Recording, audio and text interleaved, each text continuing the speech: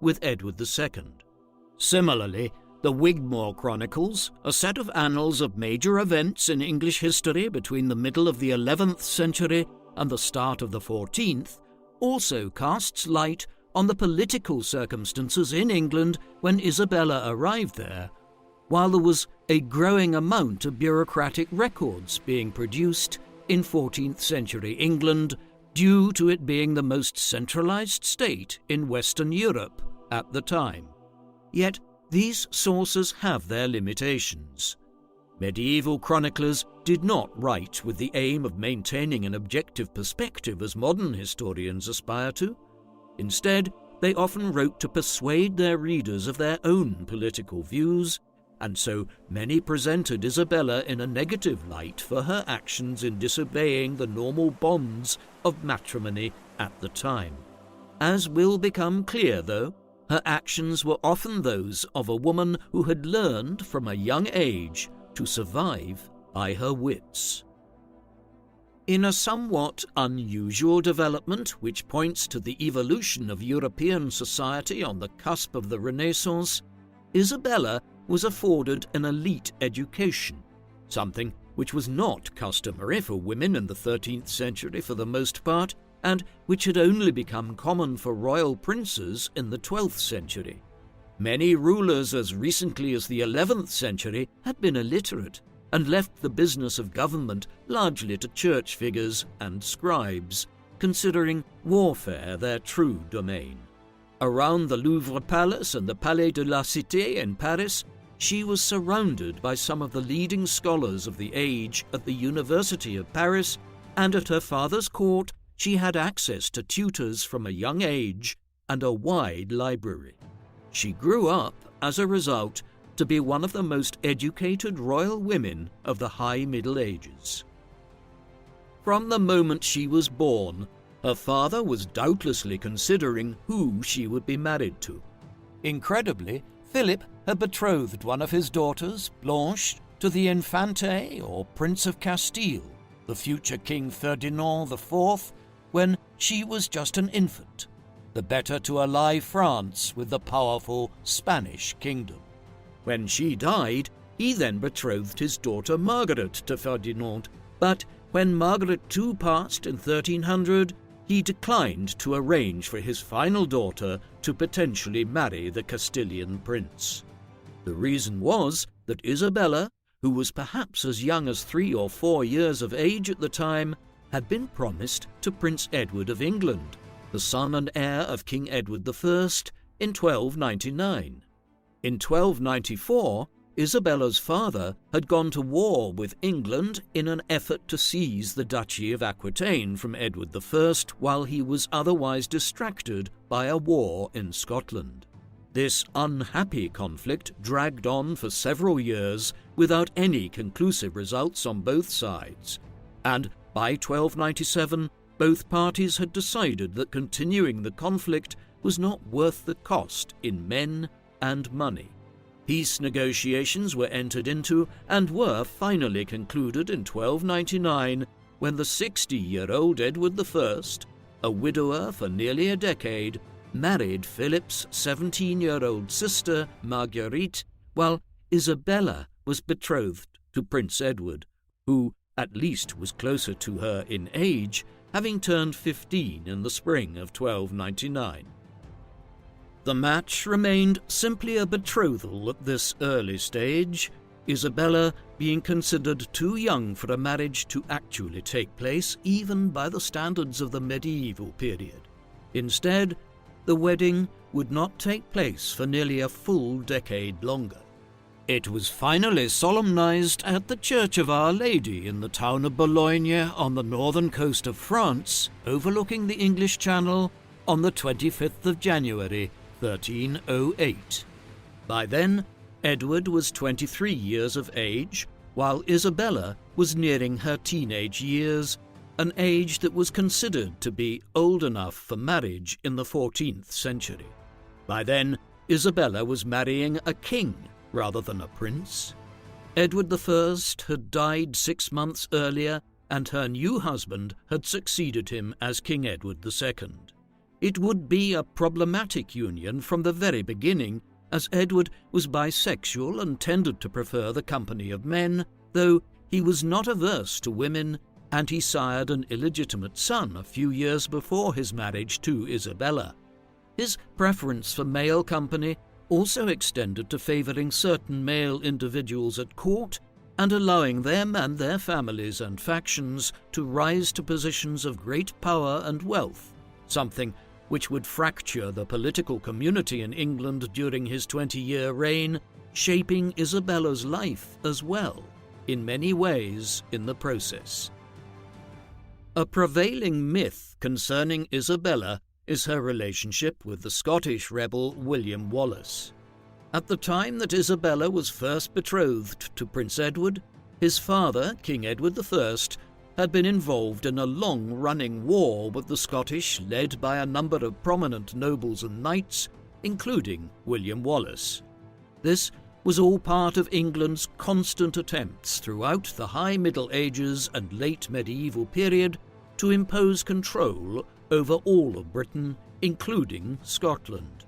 Edward had famously largely conquered Scotland in the mid-1290s, dragging the Stone of Scone, the inauguration stone used by Scottish kings, back to England in 1296 as a symbol of the destruction of Scottish independence. It was a temporary development, however, and the Scots were soon at war with England again. William Wallace was captured as part of this new rebellion in Glasgow in 1305 and was executed in August of that year at Smithfield in London. Isabella was around 10 years old at this time and was still living in France. The suggestion that she ever knew or had a relationship with Wallace is a complete invention, though England's relationship with Scotland and the conflicts between the two nations would feature prominently in the politics of her time as Queen of England. Almost as soon as Isabella arrived in England, despite her young age, she would have been aware of a growing concern at court and wider afield about the influence of one Piers Gaveston over her husband. Gaveston was the son of a Gascon knight from England's territories in western France, who King Edward I had assigned to his son and heir, Edward's household, in the early 1300s. The relationship soon became problematic, as Gaveston's influence over the younger Edward grew and rumours flew about the court. Edward I exiled Piers from the court as a result in the mid-1300s, and then, after a brief rapprochement in 1306, ordered him to leave England entirely in 1307. Yet the old king's death just a few months later saw Gaveston being recalled, and the new king now promoted him to the title of Earl of Cornwall, while also granting him and friends and family members extensive lands and offices. All of this was creating immense unrest amongst the nobility of England, many of whom noted that the earldom of Cornwall had typically been reserved for a member of the royal family. This opposition included a faction led by the Earls of Warenne, Hereford, Pembroke and Lincoln, who, just weeks after Isabella arrived in England, urged Parliament to demand that Edward exile Gaveston yet again. The king relented, in large part because Isabella's father sent word from France that he was unhappy with news of this court favourite to whom Edward bestowed such favours, when his energies should have been on making his new wife feel at home in a foreign land. King Philip was no doubt especially dismayed to learn that when Edward and Isabella's joint coronation took place at Westminster Abbey near London, a month to the day after their marriage in northern France, Gaveston was central to the ceremony, being decked out elaborately and leading the king and queen through the main aisle of the abbey during the procession. Something clearly had to change, and Gaveston was exiled yet again, being sent off on this occasion to act as the king's lieutenant in the lordship of Ireland. Ireland was only a short boat ride away from Wales, and it was perhaps inevitable that Edward, who had been miserable when Gaveston left, conspired for Piers to return secretly in the summer of 1309. A fresh political storm followed in the months after this as it became known that Gaveston was back in England. For her part, Isabella was by then of an age to be able to fully appreciate some of the political nuances of what was happening, and also the difficult marital situation which her husband's relationship with the upstart was creating. This included the uncomfortable scenario in which Edward, Isabella, and Piers ended up heading north to oversee a military campaign against the Scots, who were making incursions into northern England under their new leader, Robert Bruce, the aspirant to the throne of Scotland.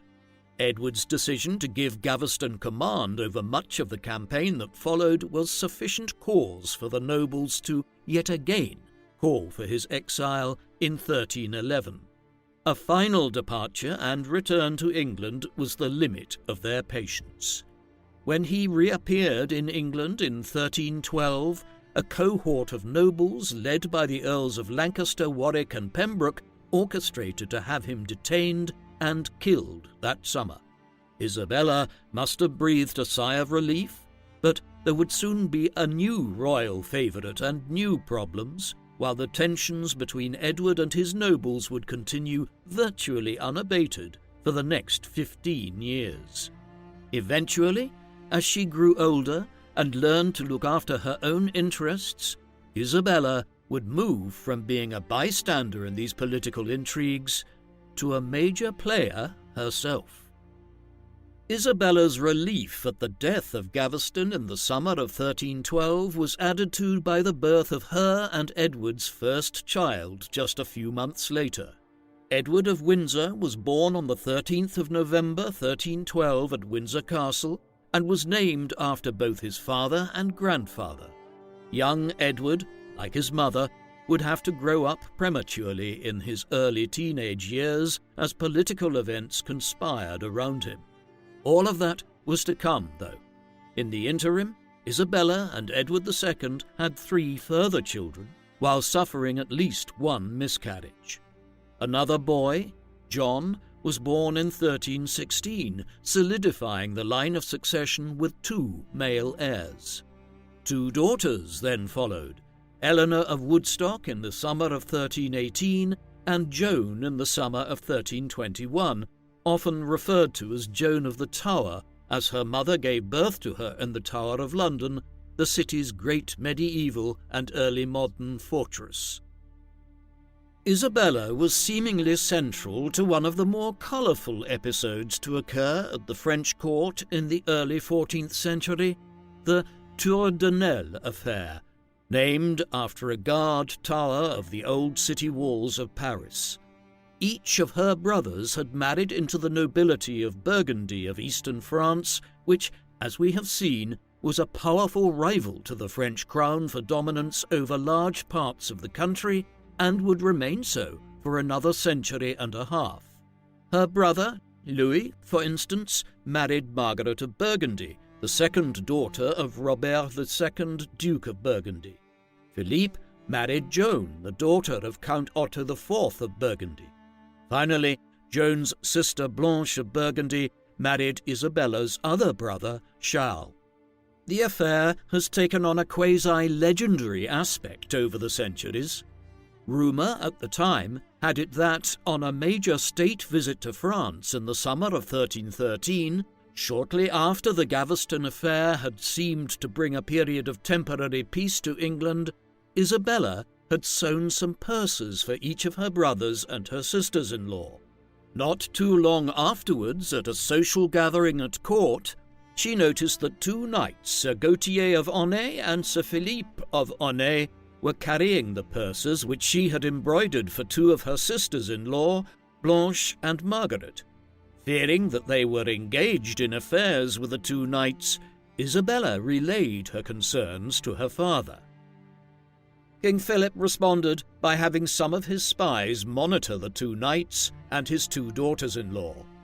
The results of the investigations led to the conclusion that Blanche and Margaret had been engaged in infidelities, meeting the two knights at the Tour Tower along the city walls. In the ensuing fallout, it was also concluded that while Philip's wife, Joan, had not been unfaithful to her husband, she had known of the affair her sister Blanche was engaged in and was complicit in a sense as a result. In the period that followed, both Blanche and Margaret were arrested and placed in prison, while Sir Gautier and Sir Philippe were executed for their role in what was a serious social and political embarrassment for the French royal family.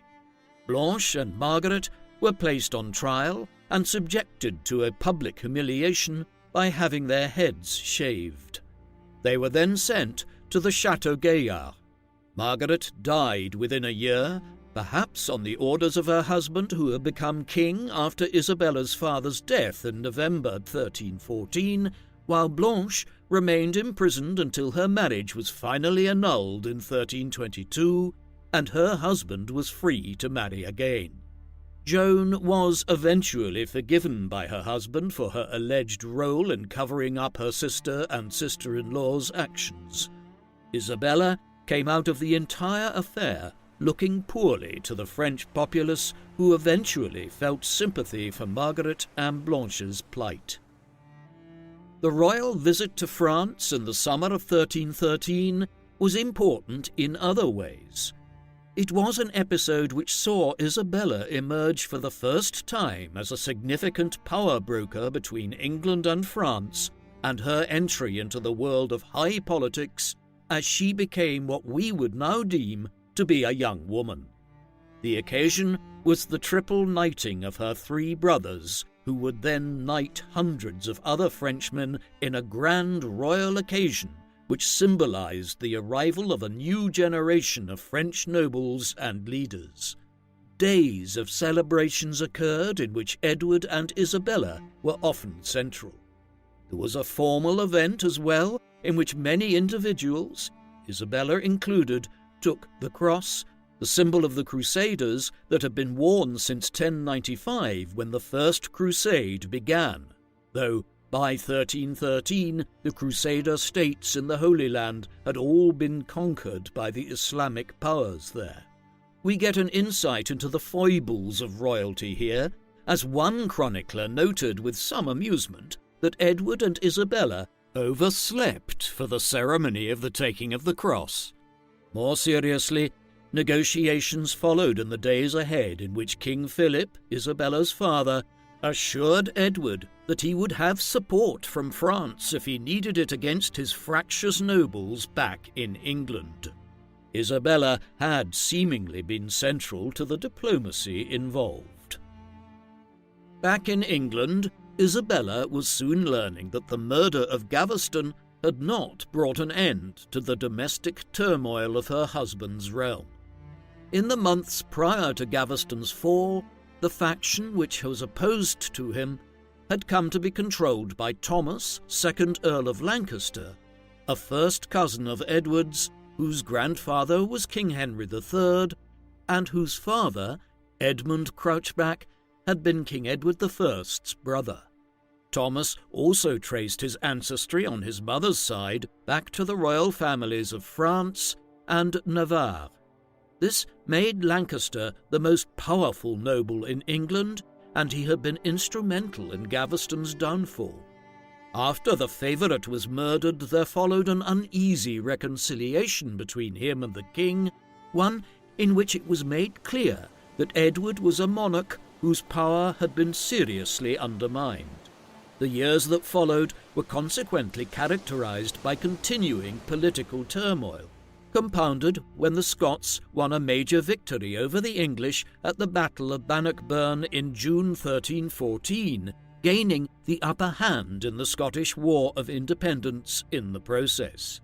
As Edward lay on the precipice of losing Scotland, which his father had largely completed the conquest of 20 years earlier, his standing in the eyes of his nobles plummeted even further.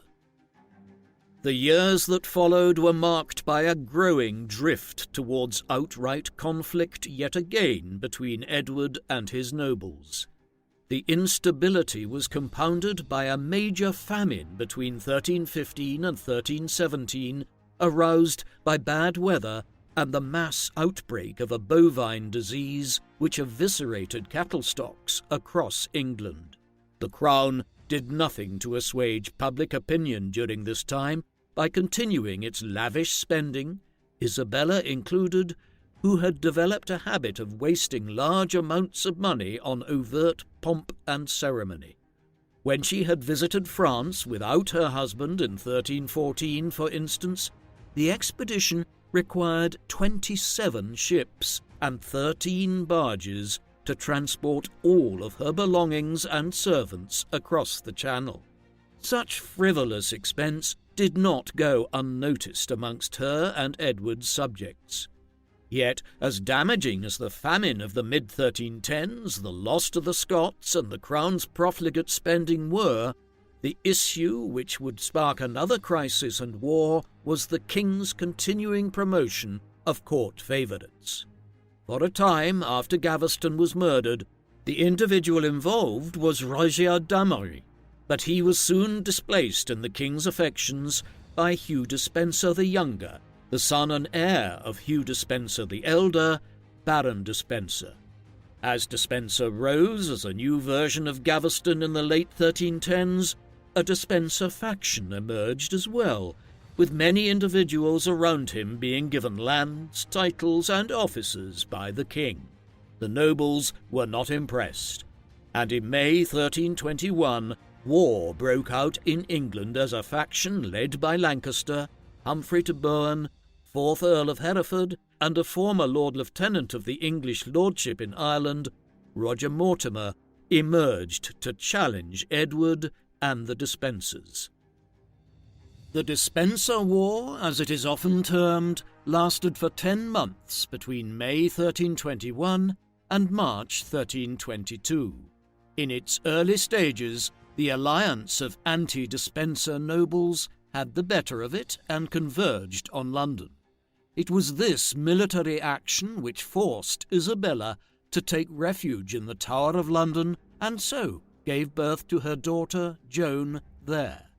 It was just weeks later that Isabella intervened, with Edward apparently going down on her knees before her husband and imploring him to expel Despenser from England in order to bring peace back to the country. Incredibly, Edward agreed to her request and commanded Hugh and his father to leave the country. However, Isabella was also central within weeks to the renewed outbreak of hostilities when, on a pilgrimage to Canterbury, she was refused entry to and hospitality at Leeds Castle in Kent, an abode of Bartholomew de Badlesmere, a lord who had sided with Lancaster and others against Edward just months earlier. The king took this rebuff of his wife as the excuse he needed to recommence the war, and within weeks the Despensers were back in England with fresh reinforcements. By the spring, it was all over, with Edward and the Despensers having won victory over Lancaster, Hereford, Mortimer, and their allies at the Battle of Borough Bridge on the 16th of March 1322. Whether Isabella was an oblivious pawn in Edward's machinations and he simply used the event at Leeds Castle as an excuse to resume hostilities, or whether her entire pilgrimage to Canterbury was a clever ploy which Isabella had been complicit in, remains a mystery to this day. Victory in the Despenser War saw Edward exact revenge for a decade of wrongs which he believed had been committed by his nobles. Hereford was killed in the fighting at Borough Bridge, seemingly dying in a particularly gruesome manner, his screams apparently dismaying his soldiers and contributing to the defeat. Lancaster was placed on trial, where a panel led by the Despensers refused to let him speak in his own defence and found him guilty. He was executed 6 days after Borough Bridge, while Mortimer was detained and sentenced to death. However, he would have his sentence commuted to life imprisonment in the Tower of London in what was a significant development for Isabella's future affairs. He escaped from the Tower in August 1323, and after a brief effort to raise a fresh revolt against the crown, fled to France. In the interim, the Despensers and their faction now had free rein to rule England as they wished. For his part, Edward began inflicting punishment on anyone who he perceived to have been responsible for Gaveston's murder back in 1312 and the undermining of his royal authority ever since. Dozens of lords and members of their families were placed in prison. Others were even less fortunate. Bartholomew de Badlesmere, the owner of Leeds Castle, where Isabella's being refused hospitality in the late autumn of 1321 had reignited the Despenser War, was dragged by a horse through the streets of Canterbury before being hanged and decapitated outside the town, his head placed on a pike overlooking anyone who entered or left the Kentish religious centre as a symbol of Edward's newfound power and tyranny. If Edward believed in the mid-1320s, in the aftermath of the Despenser War, that he was finally free from opposition and could rule as much as he pleased, he would soon find out that he was wrong. And with Lancaster, Hereford, and many of his other opponents dead, the opposition would now come from a different, unexpected source: his wife. There were multiple reasons for her growing alienation. In late 1322, she was placed in danger while in northern England when her husband failed to respond quickly enough to a Scottish incursion into the north of the country. More worryingly, in January 1322, Isabella's brother Charles had ascended to the throne of France as King Charles IV. Over the next year or so, relations between England and France deteriorated over a number of issues, of which Edward's position as Duke of Aquitaine in western France was central.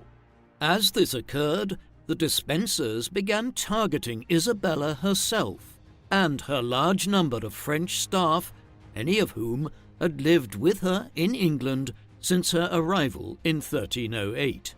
In all, 27 of her household staff were removed and arrested on the grounds of being French, as well as her chaplain and personal physician. The Queen was also stripped of most of her personal lands, and her household budget was drastically reduced. The final straw was when the Despensers removed her 3 younger children, John, Eleanor, and Joan, from her custody and entrusted their upbringing to Hugh Despenser's wife and sister. All of these attacks on her would combine to lead Isabella to begin plotting her own assault on the Despensers and her husband from the mid-1320s onwards. The opportunity she had been looking for came when she was sent as an envoy to France in March 1325. Isabella was dispatched across the Channel with a large retinue of staff who were loyal to Edward and the Despensers, her instructions being to negotiate peace terms in the war which had erupted between England and France, and then to return so that Edward could finally settle the war with the Scots without fear of French intervention. She was determined to act differently. Over a period of several months of negotiation in France, she moved the debate to concentrate on whether or not her husband, as Duke of Aquitaine, would come to France to pay homage to her brother, who, as King of France, was theoretically Edward's liege lord. Edward was unwilling to do this, but in response, Isabella proposed an alternative solution in the early autumn of 1325. If her 12-year-old son, Prince Edward, was sent to France, Charles would accept him paying homage as the basis for peace without his father, King Edward II, having to do so. Such a neat solution was quickly accepted, and Prince Edward, who was conveniently in southern England at the time, was conveyed across the Channel to his mother. King Edward and the Despensers had fallen for the trap. With Prince Edward, the eldest son and heir to the Kingdom of England, now in Isabella's custody and the safety of her brother's French dominions, she was in a position to launch her own campaign against her husband and the Despensers.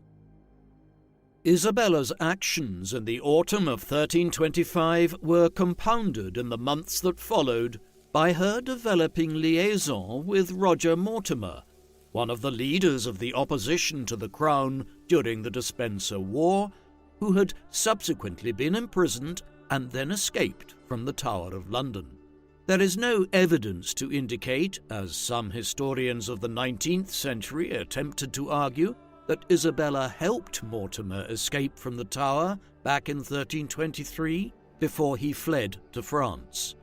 On the other hand, there is no doubt that in France, in late 1325, she began meeting with Mortimer, who had become the de facto head of an anti-crown and anti-Despenser party of English exiles in Paris. The relationship became sexual towards the end of 1325. Isabella must have been aware how risky all of her behaviour now was. After all, 2 of her sisters-in-law had been placed on trial and imprisoned over a decade earlier during the Tour de Nesle affair, owing to their infidelities. The affair she now began with Mortimer was to be one of the most colourful in the history of medieval Europe, one which burned brightly for half a decade and impacted hugely on England's politics, while also transgressing deeply held ideas of the time concerning matrimony and patriarchy. A more colourful description might suggest that they were somewhat like a medieval royal Bonnie and Clyde. By early 1326, with Prince Edward in their custody and a growing amount of financial and military support being provided by Isabella's brother, King Charles IV, Isabella and Mortimer were ready to make their move against her erstwhile husband and the Despensers. On the 22nd of September 1326, with a small flotilla of ships and men, she set sail for England. Ships mainly provided by Count Guillaume of Hainaut, whose daughter Philippa Isabella had promised her son Prince Edward would marry in return for his support. They landed on the coast of Suffolk in East Anglia 2 days later. In the days that followed, the unpopular and tyrannical regime of Edward and the Despensers collapsed, as leading nobles and lords abandoned the crown and sided with the small army of invaders from France led by Isabella and Mortimer. Calls for troops to muster in defence of the government were ignored, while towns and cities such as Cambridge opened their gates to the small army from France. By early October, as Isabella and Mortimer moved towards London, Edward fled from the capital towards the West Midlands and then into Wales. On the 16th of November, the invasion culminated in its great success when Edward and Despenser were captured in southern Wales. Edward's fate would wait for later, but 8 days later Despenser was found guilty in a perfunctory trial, following which he was hung from the city walls of Hereford before being disembowelled and castrated while still alive, the ordeal of being hanged, drawn and quartered only coming to an end when the executioner beheaded him. Despenser was dead, and Isabella and Mortimer were in charge of England. But there was still the somewhat tricky matter of the king, who was still alive and also married to Isabella. Initially, he was placed into the custody of Henry of Lancaster at Monmouth Castle. In the weeks thereafter, Isabella's advisers devised an ingenious way of dispensing with him. Edward had briefly taken ship in the Irish Sea in the desperate days before he was captured. He had been forced to land in Wales, but the incident was now used to deploy an argument that in abandoning his kingdom, Edward had abdicated his crown. The logic followed that when he did so, Isabella and his eldest child, Prince Edward, succeeded him as King Edward III. Thus was the 14-year-old Edward installed as king in January 1327, though with Isabella and Mortimer now heading up a regency government on his behalf during his minority. They would be the real power behind the throne for years to come. The deposed king was moved to Berkeley Castle in the spring of 1327. He was, apparently, well treated there in his imprisonment for the next several months. That is, until the 21st of September, when he was almost certainly discreetly murdered on Mortimer and Isabella's orders.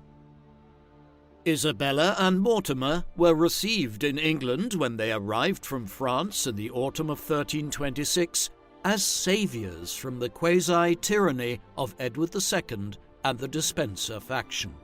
However, many people soon realized that they had simply swapped one form of irresponsible kleptocracy and heavy-handed rule for another. In particular, the land grab which Isabella and Mortimer engaged in the course of 1327 and 1328 was incredible.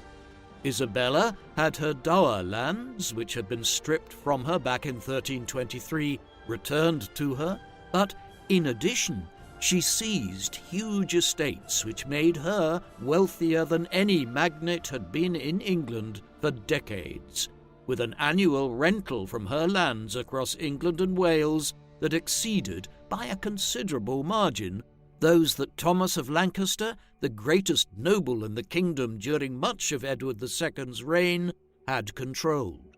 She also seized half a dozen prominent castles across England, notably Bristol Castle and Pontefract.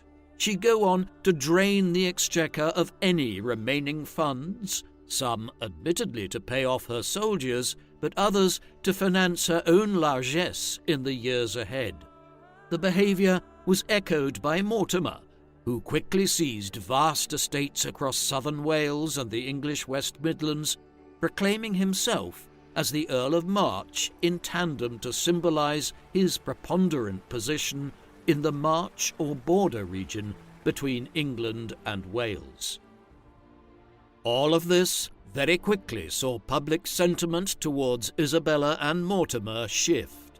A regency council which included many of the leading nobles who had survived the purges of the Despenser period and the overthrow of Edward II had been established to govern the country until such time as Edward III was of an age to rule himself. It was revealed within months, however, that Isabella and Mortimer considered this to be merely a piece of window dressing to legitimize what was effectively rule by Isabella and her lover, who could not even marry each other after Edward II was killed, because Mortimer was still married to Joan de Joinville, with whom he had had a dozen children over the years. What created a scenario in which their regency became untenable were events in Scotland. In 1328, Isabella and Mortimer agreed to end the interminable war which had been underway between England and Scotland for decades by agreeing to recognise an independent Scotland with Robert Bruce as its king.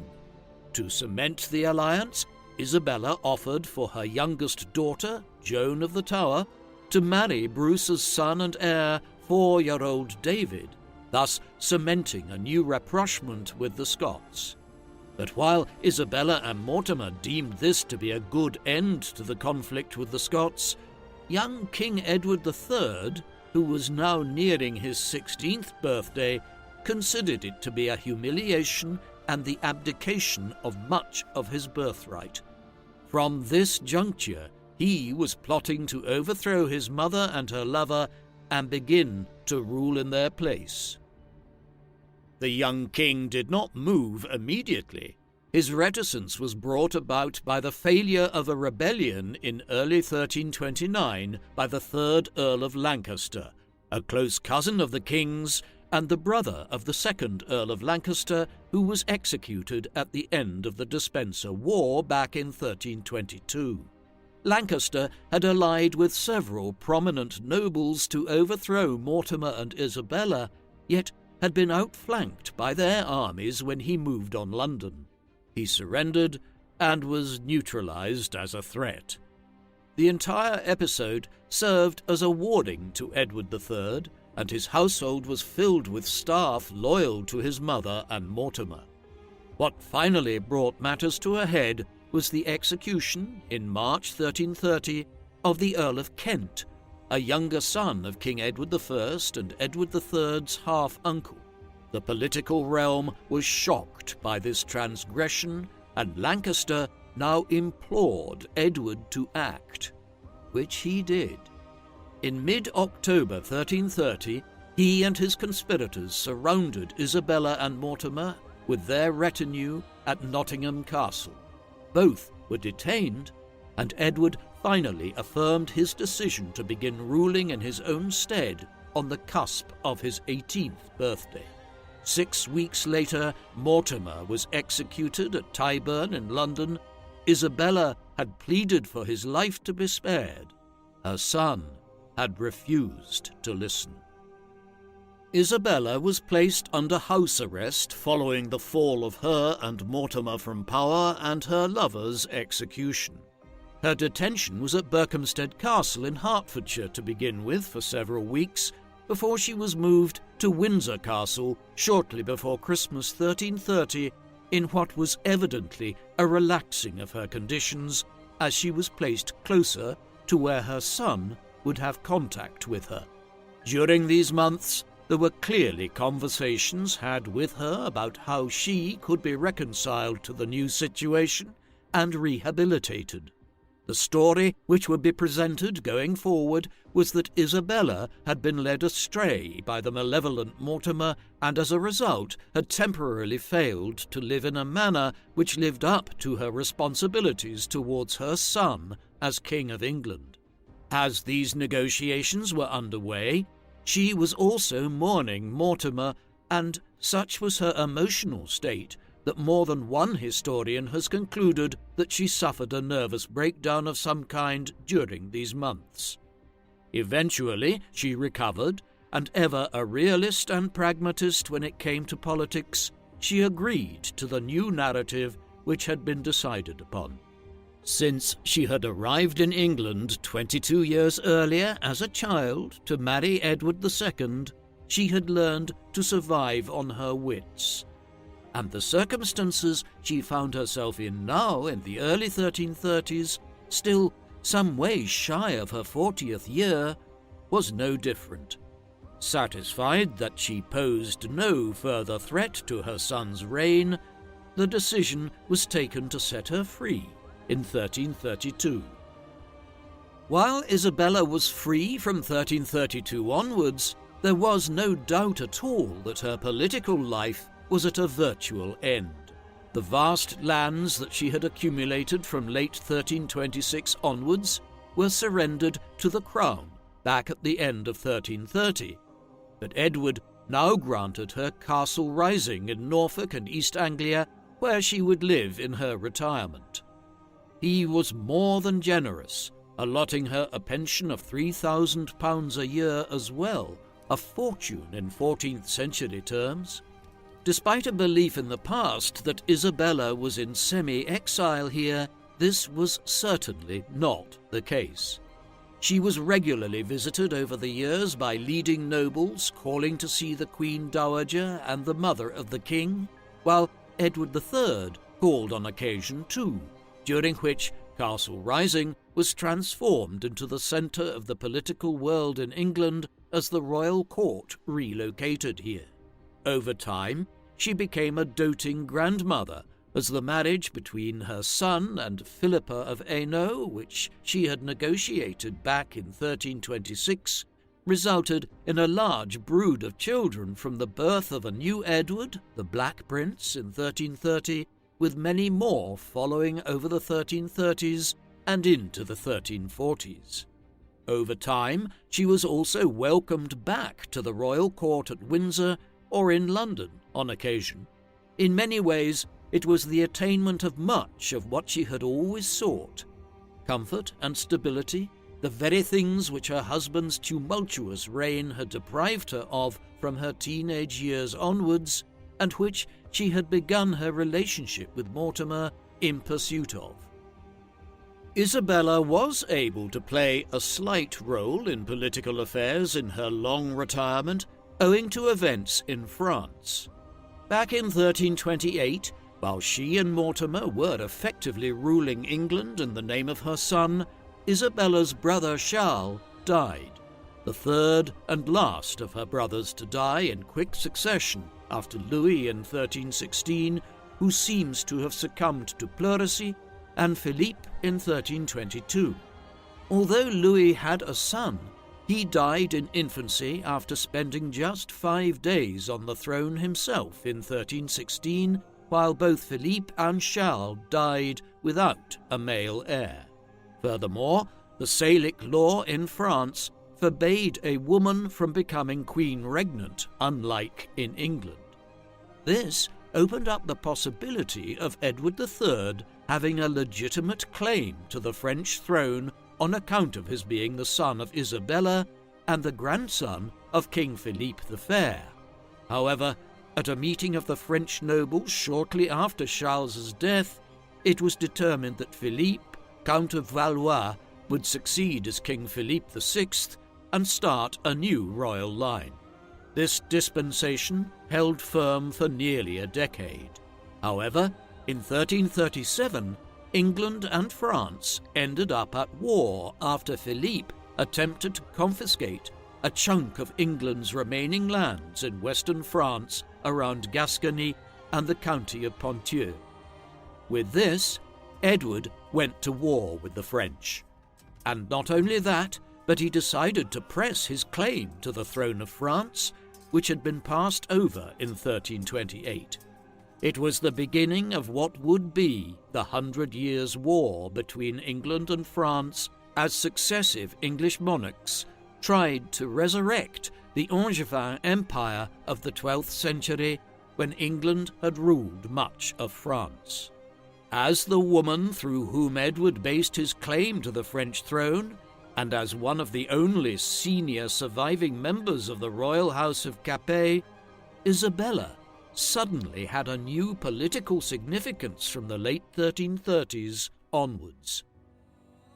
The 100 Years' War is generally divided into several distinct phases, in some of which England's fortunes were buoyant, while in others France gained the upper hand.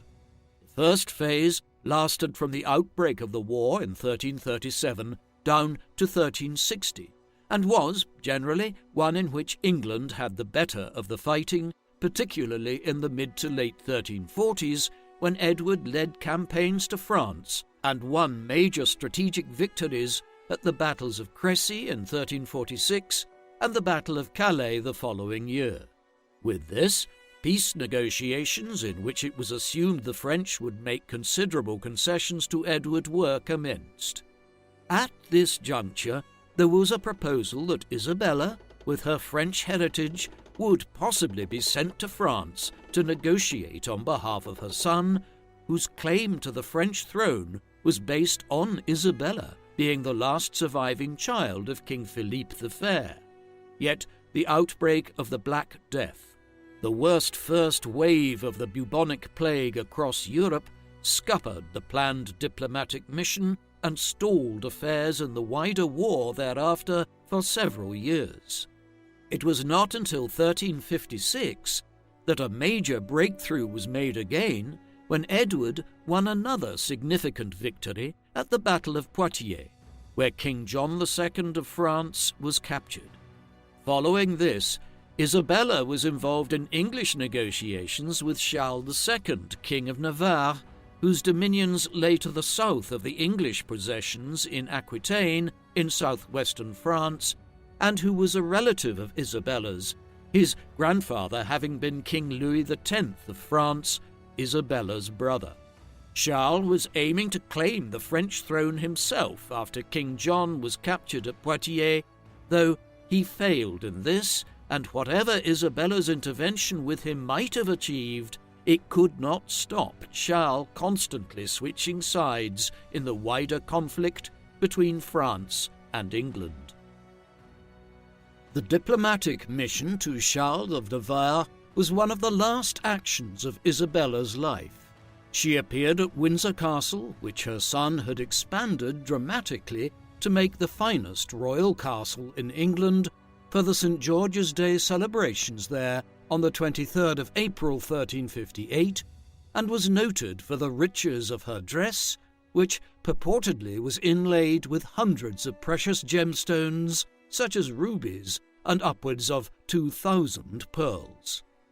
This ostentatious display of wealth was somewhat in contrast to her decision just a few weeks later to take the nun's habit of the Poor Clares, or Order of St. Clare, a monastic order founded centuries earlier by St. Clare of Assisi, one of St. Francis's first followers. She had been ill for several months, and must have been aware, when she made this decision, that her life was coming to an end. Isabella died on the 22nd of August 1358, most likely at 63 or so years of age. A longer than usual delay followed before her funeral was finally held on the 27th of November 1358. Although it had already become a tradition to bury the kings of England at Westminster Abbey by this time, this did not necessarily extend to queen consorts, and so Isabella was interred at the Greyfriars Church in London alongside her aunt, Queen Marguerite, Edward I's second wife, and the same king's mother, Eleanor of Provence, wife of King Henry III. There she was laid to rest with the clothes she had worn as a child on the cusp of her teenager years the day she married Edward II, half a century earlier, draped over her. Her daughter, Joan of the Tower, was buried there as well 4 years later. Many of those who might have looked at Isabella as a malevolent figure who had extended the instability wrought by Edward II's reign beyond 1326 may have looked to the future as potentially being a more favourable time for England. And it must be said that for a time in the middle of the 14th century under her son, the kingdom's fortunes did markedly improve, as England had the better of the opening stages of the 100 Years' War. But they would soon have been disabused of this notion in the period following Isabella's death. England's problem, it transpired, did not lie with the former queen, but within the wider politics of the realm. Edward's grandson, King Richard II, presided over a period from his accession in the late 1370s, in which renewed unrest between England's nobles and the crown broke out. It ebbed and flowed until he was overthrown and killed by his cousin Henry Bolingbroke, Isabella's great-grandson, in 1399. And this only led to a period of vague stability until the middle of the 15th century, when a new civil war, the Wars of the Roses, erupted again. Isabella and Mortimer, it turned out, were symptoms of the political instability which constantly pitted the crown against the nobles in late medieval England, not the cause of it. Isabella of France has a reputation as one of the most formidable female figures of English history, being termed a she-wolf in 2 eminent early 21st century studies of her life. But if she became a she-wolf over time, she certainly did not arrive in England as one. Instead, she was a child being married off to an adult male in a foreign land for the sake of political expediency.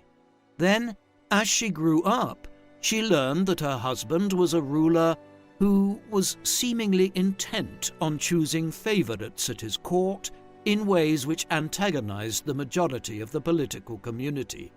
There was constant instability around her and war with foreign enemies. In this environment, she had to adapt and became ruthless herself in trying to promote her own interests in a situation where she knew her husband would not. It was this situation which led to her eventually beginning her relationship with Mortimer and overthrowing her own husband.